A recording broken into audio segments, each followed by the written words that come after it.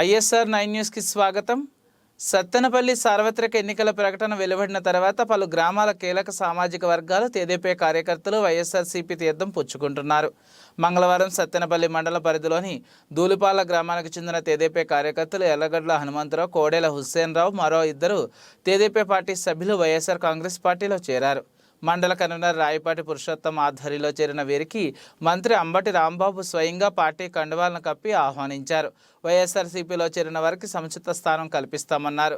స్థానిక నాయకులతో కలిసి పార్టీ అభివృద్ధికి, రానున్న ఎన్నికల్లో విజయానికి కృషి చేయాలని కోరారు. కార్యక్రమంలో సొసైటీ చైర్మన్ నలబోతు శివనారాయణ, పల్నాడు జిల్లా ఎస్పీసీఎల్ అధ్యక్షుడు చిలక జైపాల్ తదితరులు ఉన్నారు. చూడండి అన్న, టౌల్ సరిగా అన్న, టౌల్ సరిగా